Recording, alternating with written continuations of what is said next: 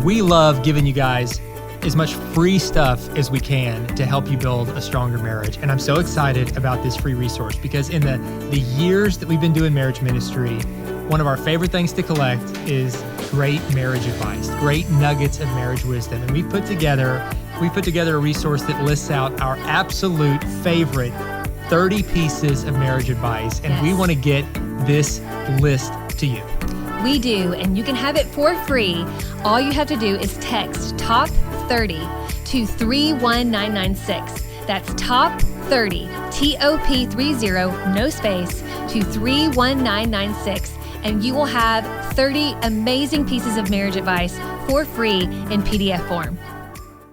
Hey, welcome to the Naked Marriage Podcast. We are Dave and Ashley Willis, and on this podcast, we undress the truth about sex, intimacy, and lifelong love. And we are so honored that you're joining us today for what's going to be a really, really fun and important conversation about a topic that we've never addressed specifically, but something that's made a huge difference in our own marriage, and that is finding a mentor couple.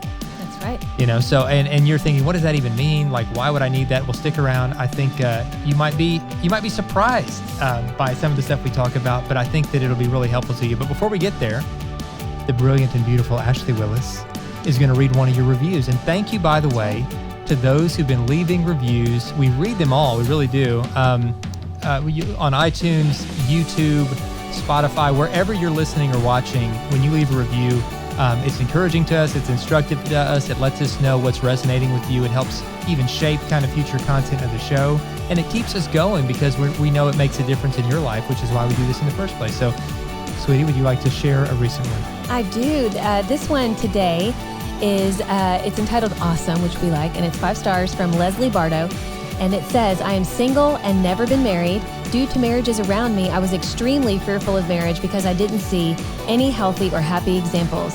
After listening to this podcast, I feel like I have the resources I need to be hopefully successful. I feel hopeful now. And I love that, Leslie. Like when we hear about people who have the desire to be married but aren't quite engaged yet, when we hear that you're listening to this, it just warms our hearts because you are ahead of the game. Like I wish that we had a marriage podcast to listen to all those years ago when we got married, because the more that you know about marriage and understand about marriage and how to have a great marriage, the better you will be when you finally do meet that person and eventually get married. So thank you so much for listening and leaving that review, Leslie. All right, well, let's dive into today's episode. I am so excited to talk about this topic today because we are talking about marriage mentors, and marriage mentors have made a huge impact in our marriage. And I think that there's something that many people forget is even a resource. I think so many times we kind of complicate things, and we kind of did early on in our marriage. We didn't necessarily have marriage mentors right out of the gate, but I wish we did because it's something that has been such a resource that we've gone back to time and time again. And so we're going to talk today about how do you find great marriage mentors. Yeah, and this is huge, and it can help you in so many ways because so many challenges in marriage, mistakes in marriage can be helped or even prevented by realizing you don't have to figure it all out completely by yourself. You know, we live in a world and in a culture that teaches this kind of self-reliance, and yeah, there are certainly times where it's good to kind of be self-reliant, I guess, but as a whole, God created us for community. Yes. First and foremost, we're created to live in community. And when you're in community, when you're in healthy relationships with others, then it helps you share the burden, and it helps you lean on those who are in the same season of you, encouraging each other. It helps you look ahead to mentor couples who are a little further along than you, who have been where you are. You know, they have faced the challenges that you're facing. Yeah. And they can say, well, here's what we did that helped us. Yes. And it makes it so much easier, and it gives you so much hope and perspective to know that there's somebody else that's been through it, and they can help you with what they've learned and give you a head start. Absolutely. And that's definitely been our case. You know, we have marriage mentors, Todd and Stacy. There's been many others that we've definitely learned from throughout the years, but we've gone, back to Todd and Stacy about a lot of things throughout the years, but it took us being intentional about it. And some of you listening, I want to go ahead and address this right out of the gate. Some of you, maybe are watching this or listening to this and you're thinking, well, what about your parents? I mean, if your parents have a pretty solid marriage, why not just go to them? And I don't want to count your parents out. I mean, they certainly can be a resource, but there's going to come a time in your marriage where you're going going through something where you may not want to tell your parents all the details, because let me tell you, it's really hard for them to forget something that maybe your spouse did that hurt you, because that mama bear and papa bear really comes out. And so that's when you're going to need a marriage mentor in your life, because they are more neutral. And again, there's somebody maybe who's further along than you that you can go to and be honest with and really gain perspective from. But it can't just be anybody. You know, there has to be criteria when it comes to finding these marriage mentors. And, you know, much like when it comes to finding good couple friends, I think that they need to have these 4 characteristics. You know, number 1, they need to love the Lord. Number 2, they need to really love you. Number 3, they need to love your spouse. And number 4, they need to be for your marriage and pro-marriage in general. Right, and if they don't right. have all of these characteristics, they're probably not going to be a great marriage mentor. But I do believe when it comes to mentors specifically too, and Dave's touched on this, they need to be a little bit ahead of you. And I would say a good rule of thumb would be like 5 to 10 years. I know for us, you know, Todd and Stacey are probably about 10 years ahead of us.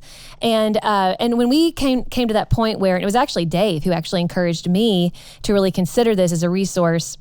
We actually were going through a hard time in our marriage where we just could not get on the same page with parenting our kids. I tend to be more of kind of the bad cop, so to speak, and Dave's more of the good cop. And I always tease and say he's just nicer.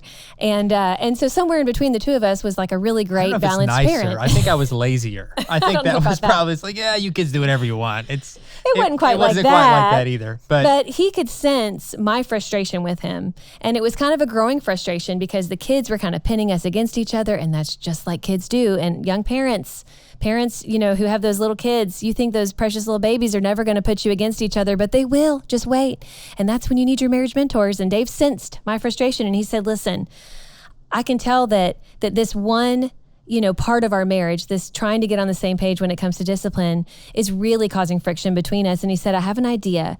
What if we reach out to some marriage mentors and just have them over for dinner and just, you know, kind of learn from them, tell them what's going on and learn from them, you know, maybe mistakes they've made, things that have worked in their marriage and their perspective on this subject. And my first reaction was like, oh, I don't want to bother anybody. You know, people are busy and, you know, they probably won't want to do it. And Dave just kind of very gently grabbed my hand and looked at me and said, sweetie, you can't make excuses for people. You know, what's the hurt in asking? And so he said, I want you to think about a couple at our church that is about 10 years ahead of us, that has maybe a similar family dynamic to us as far as like number of kids. And he said, and just tell me, you know, who comes to mind, pray about it, think about it. And what's so cool is God brought the same couple to both of our minds. Yeah. Which I'm not surprised by at all. No, I'm not. And just be open to that and then ask. And we just invited him over for dinner and told him, you know, said, hey, will you come over for dinner? And specifically, we have an agenda. We want to hang out with you. Yeah, yes. You don't lie. Don't like. But we also, you know, we want to ask your perspective. Like, you're farther ahead than us. You know, you've got the same number of kids we have. They're now all grown or about grown, and just you have a healthy dynamic. You know, it's not perfect, but it's a healthy dynamic that you clearly have a lot that you could teach us. And we're in a tough season of parenting and finding unity around parenting. Yeah. And would just love your perspective on things you learned along the way. And they were honored. They were like genuinely honored to be asked. And they came and they shared some great wisdom that really, really did help us. And then they, you know, followed up and continued to pray for us and check up on us. You know, it doesn't have to be super formalized. You know, a mentor doesn't have to be, you know, it doesn't have to look like Mr. Miyagi in the Karate Kid, where you're meeting at 5 a.m. every day to do physical exercises together. It's more just relational. It's like having somebody you know you can go to, and they've got your back and they can share some things. And then there are going to be times where you get to do that same thing for other people who are younger, who are just coming up. And I think mentor couples can be people. On one hand, you know, you need to have a mentor couple in your life in different seasons that you can know personally and they can know you personally.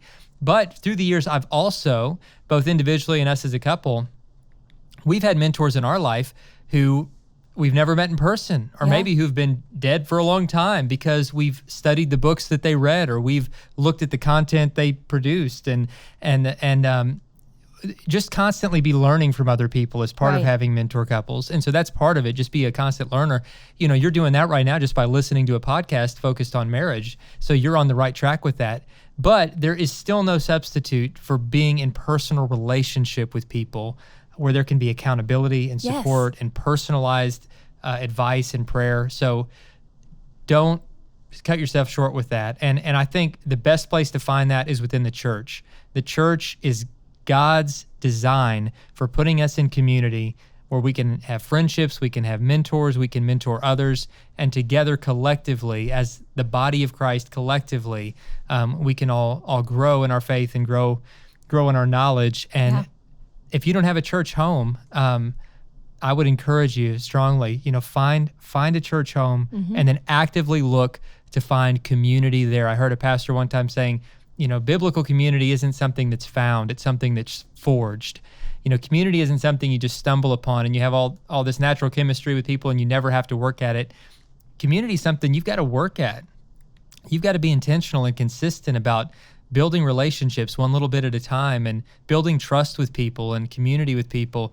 But it is such a gift when you do the work to invest in those relationships. So just like we talk about with marriage, a healthy marriage takes such consistency and such effort and such investment.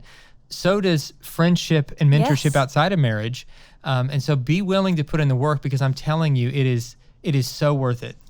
It is so worth it. And I know some of you listening to this and watching this are thinking, okay, I want a marriage mentor. I do go to church, but that just seems daunting to me. Like there's these hundreds of people.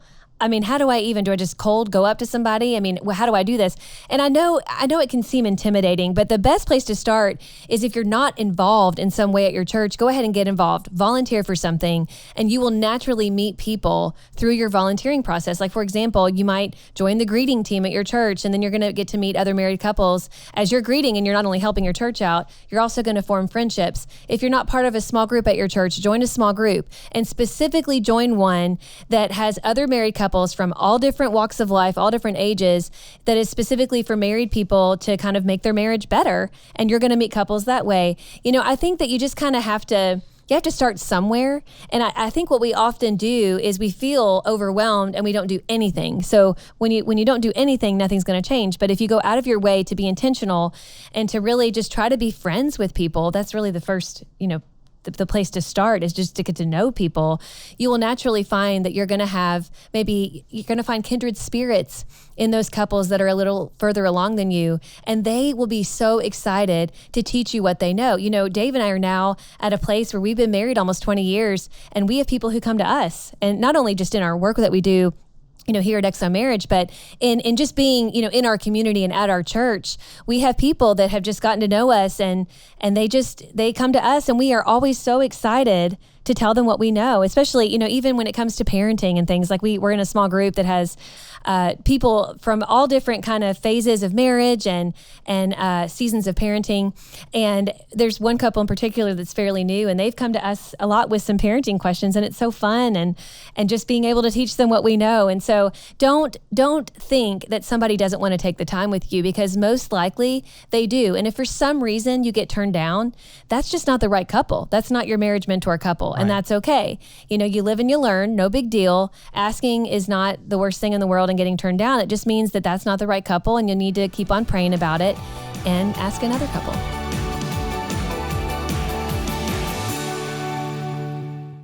We love the Holy Land. In fact, we were scheduled to lead a trip to Israel this year, which got canceled because of COVID-19, but I'm so excited about a new partner that allows you to bring the Holy Land to your own home without traveling. It's called Artza Box. It's ARTZA Box. And when you order the Artza Box, every quarter you're going to get a personally curated collection of goods from the Holy Land. We're talking toys, food, spices, handmade stuff, just treasures for your home. And it's helping local artisans in Israel who rely on tourism and right now don't have much of it, but it's also bringing the experience right to your home. It is. We just got our first box, and there's so many goodies in here. You'll definitely have to check it out. It smells amazing. It smells incredible. Amazing. But you can get your very own Artza Box by going to artzabox.com with the promo code NAKED. That's ARTZABOX.com, promo code NAKED. I want to pause for just a second to thank our ad partners on the Naked Marriage Podcast. Our ad partners are trusted partners, and they are providing revenue to this ministry, to Exo Marriage, which makes our podcast and all of our ministry endeavors possible. But for this ad right now, it's something different. I want to talk to you about Gumball. Gumball is looking to make the podcast advertising process a whole lot simpler. Now, typically, these ads make it to your ears through a very complicated back and forth process. There's a whole lot of emails and yada, yada, yada. It's messy, way more messy than it should be. That's where Gumball comes in. With Gumball, advertisers can search for shows just like the Naked Marriage Podcast. They can view available inventory and easily purchase campaigns online with just a few clicks. The Naked Marriage Podcast just joined Gumball, so guess what? You can now buy ads on our show through Gumball. You can find us by going to gumball.fm and searching for the Naked Marriage Podcast. Once again, it is gumball.fm. Thanks to all of our advertising partners for the revenue you're bringing in to partner with this ministry and help us take this message of building stronger marriages all across the world. We all need to constantly be learning. I mean, I tell that to my kids all the time. They're, they'll see me like reading a book and they'll be like, "Why are you reading? You're not even in school. You're old." And I'm like, well, I never want to stop learning. Learning isn't just for when you're in school. It's a lifelong process. And in every part of our life, I think we're called to continuous growth. And marriage should be one of the most important parts of our life. I think it's, right under our relationship with God is our relationship with our spouse. And it's a relationship that we need to keep growing in. And yeah, we certainly keep growing in it by investing directly in time with our spouse. And, most of what we talk about here on the Naked Marriage Podcast is how to do that, how to grow directly in your one-on-one relationship with your spouse. But for both of you collectively to grow as a couple, you need to be willing also to look outside of just your own personal experiences to tap in to the wealth of knowledge of people who've come before. I think one of the greatest tragedies of our time as a society and as a culture is how our generations are so segmented and isolated. They're siloed off from one another. And we're taught from an early age of like, okay, the first graders hang out with first graders and the second graders hang out with second graders. And all through life, it seems like we're organized off by age. And there's certainly some benefit of having peers of your age. And I think that's important as well. But we can never forget to reach out to those who are older intentionally, reach out to those who are older and learn from their wisdom, and also reach out to those who are younger and be willing to learn from them and be challenged by their perspective and their youthful enthusiasm, but also teach them. Also be willing to pour into them what we have learned. And if we have that multi-generational approach, again, which is part of the design of the church, but I think it's also the design for a healthy community and culture beyond that, our lives are going to be much more enriched in the process. Absolutely. And I just want to say that Dave is really focusing a lot on wisdom, because he himself is getting to an older age. And today, the day this podcast is releasing, is his birthday. That's right. And I'm 84 becoming years wiser. old today. I've had a lot of work done. And it is October 26th. That's right. And one of our kids just had a birthday 2 days ago. I know. October 24th. He turned 9. Gosh. Goes by too fast. It does.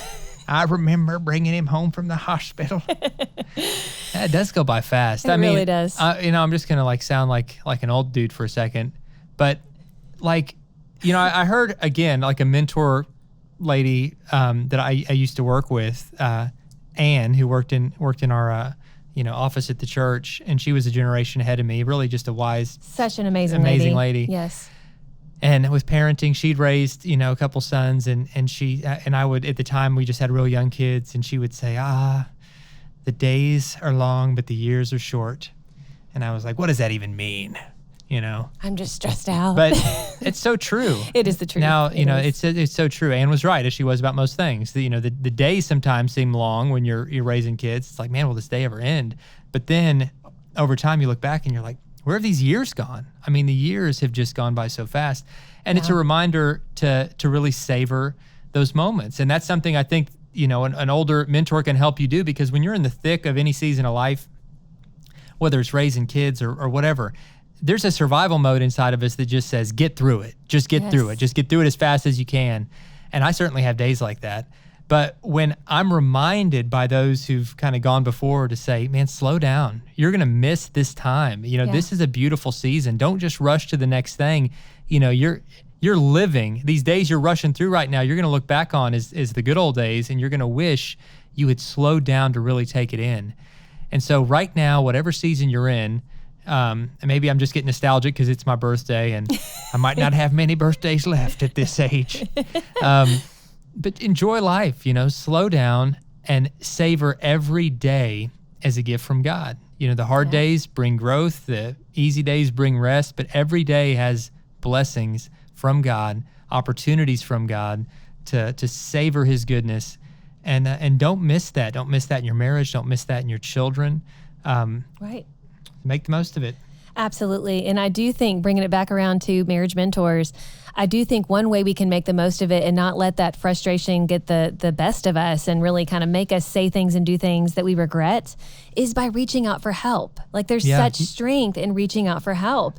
And marriage mentors are one way that you can do that. There's times when you need to go even beyond a marriage mentor and get professional help from a Christian counselor. Like we talk about this all the time. So definitely do that if it's a prolonged, problem that maybe getting a marriage mentor isn't quite cutting it. But I think for some of these things that are just, these issues where it just seems to be a sticking point in your marriage, going and reaching out to a marriage mentor would just be such a huge relief. I mean, I remember meeting with Todd and Stacy for the first time and us being kind of in the thick of raising young children and feeling like we just couldn't get on the same page. When I sat there and just learned from them, I felt such a weight off my shoulders. Didn't you, sweetie? Yes. I mean, it really was just such a turning point. Oh, man. Realizing there's somebody that's been there, that's encouraging us, somebody that has our back. Yes. When we have the courage to reach out for help, it is empowering. And it is so encouraging. That's a great word. It's empowering. It is. It's like all of a sudden you're tapping into this. You're like, I don't have the wisdom and strength to do this. Whenever you get to a place where you're like, I don't have the wisdom and strength to do what I have to do. That's God's way of saying that we need to lean on him more and that we need to lean on others more. Because here's the deal. You don't have to have the wisdom and strength to solve all the world's problems. You don't even have to have the wisdom and strength to solve all your own problems. Like we're called to carry each other's burdens, the Bible says. And so lean on each other. And there's joy in that. And there's also joy, when you're in a position to offer that help to others. Yes. There's a joy and there's such satisfaction in knowing, man, God worked through me to help somebody else. So what a gift that is. And so don't be afraid. Don't be afraid to do that. Put these things into practice and you'll be so glad you did. You will. All right. Well, this time we're going to transition to our Q&A time. We love the questions you guys send in. You can, of course, write us on social media, at Facebook, or at Dave and Ashley Willis on Instagram. But the questions we answer specifically on the podcast are the ones submitted to nakedmarriagepodcast.com. Sweetie, would you like to read this one? Yes. All right.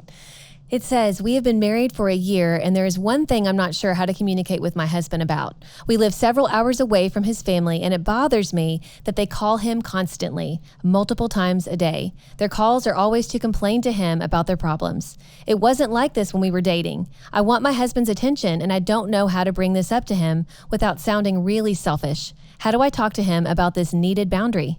That's a great question. Yeah, that really, really is great. And boundary is the right word. A book that we read early in our marriage that helped us tremendously has that same title. It's called Boundaries by Doctors John Townsend and Henry Cloud. We've talked about that book a lot just because it's helped us so much. They need to start sending us royalties probably for the referrals that we've sent to that book. So Doctors Townsend and Cloud, if you're listening, you can at least send a gift card or something. But no, it really is it's a game changer. It's a great book. Yeah. And I think it would really help in your situation. And it's going to come. You can't expect them, the people who are trampling on your boundaries to get it. Because if you don't have boundaries up, then, they won't know that they're there. Yeah. And so, what they're doing is clearly out of bounds, but they need to know where the boundaries are. And so that needs to be a conversation with you and your husband where you find unity together. And I think that unity might just be determining what's a realistic amount of time that I'm going to spend on the phone per day or per week or whatever, and then not going above that. And then just him talking to his family like, hey, listen, I love you guys, but I'm trying to really reorder and restructure my life to put the biblical balance of making sure that my wife comes first, and I'm meeting her needs, and there's peace within our home first and foremost, and then with whatever time and energy I have left, I always want to be, a good son and brother or whatever else to you guys. But right now my life's gotten out of balance. My technology use has gotten out of balance. And so I'm going to be using the phone a lot less. I'm going to be much less available than I have been. And I'm not trying to offend anybody with that, but it's just something I need to do to protect my own sanity, my own margins, and more importantly, my own marriage. Yes. And he might need to just have the do not disturb feature on his phone a lot. And his family is going to have to maybe just get in the habit of calling and it going straight to voicemail, and then him not quickly returning that voicemail, or maybe returning it with a text of like, hey, I can't talk right now. Let's connect later in the week. Yeah, they're not going to like it. And that's hard. Disappointing people we love is hard, but every decision you make in life is going to disappoint somebody. And if you go through life just trying to please everybody, you're going to end up exhausted, burnt out, and bitter, and no good to anyone at all. So you and your husband have to determine those boundaries. You two have to get on the same page, and everybody else can learn to live with it. I mean, I think it's really that simple. It is, but it takes time, and be prepared for them not to like it at first. They will probably kick and scream, so to speak, and really let you know and let him know, I guess, that they don't like that decision. But eventually they will come around because they do, love him and love you. And ultimately they do want what's best. But right now they're getting what they want. They're getting to talk whenever and be at they're getting to be at his beck and call. And so it needs to be, there needs to be, some boundaries established. And it does have to come from your husband. I don't even think she's asked about that, about her establishing them. But we always say, if it's your parents and they're the ones, who are creating a little bit of a problem, then you, as their son or as their daughter, you need to be the one going to them, not the spouse, because they're going to be much more forgiving to their son or daughter than to the in-law, so to speak. You just need to make sure that the person whose parents are having the issue need to be the person who actually goes to the parents. But I want to say this. She mentioned, is it selfish? I don't want to appear selfish. You're not being selfish. You're just wanting to have a great marriage and to connect with your husband. And I don't think that there's anything selfish about that. I think you're just trying to have more time for the two of you. And so when you go to your husband and talk about this, go to him kind of from the standpoint of saying, listen, I miss you. I miss you, and I love your family, and I love how good you are to your family. You are such a good son. But I feel like they're taking advantage of you a bit, and they probably don't even realize it. Like, give them a benefit of the doubt. They don't realize it. This is a habit. This is a habit that they formed where they tend to call you, a lot. There are no villains in this story. Exactly. And just say, I know that this may be normal for you, but I just feel a little cheated here. And I know it's not on purpose, but I want us to have an amazing marriage. And I feel like if you're constantly fielding these problematic phone calls, then it really disrupts our peace. And we need to be the ones to set up these boundaries with your parents. And especially you need to be kind of the voice of setting up the boundary, but I want to be helping you in this. And so could you pray about this with me? And could you read the book Boundaries with me so we can decide how and when to approach them and tell them this, and then keep on reinforcing it. You can't back down. You have to keep on reinforcing the boundary. And I promise you from experience, okay, that eventually they will rise to the occasion and there will be so much more peace in your home. Man, that is good stuff. Thank you guys so much for sending in that question. Thank you to all of you who are listening. Just being part of this online community means a lot. Share this podcast if you don't mind, and leave reviews wherever you're listening or watching, because that really does help others discover this podcast. And together you're partnering with us, and you're part of this community. And speaking of community, I want to thank the people in the room with us. It's like our names that are on the podcast, and it's really kind of like a misrepresentation, because it's not just we're the ones talking, but it's like a whole team effort, group effort to make this happen. So I want to give some shout outs to people that need to be thanked more often. First, our producer, Marcus Bowen, our venerable leader, making sure that everything is done smoothly. Then we have some audio, video, technical ninjas that are all smarter than Mark Zuckerberg. And on that crew is Andrew Grekoff, Chris Stetson, Jonathan Armbruster, whose name I always say wrong.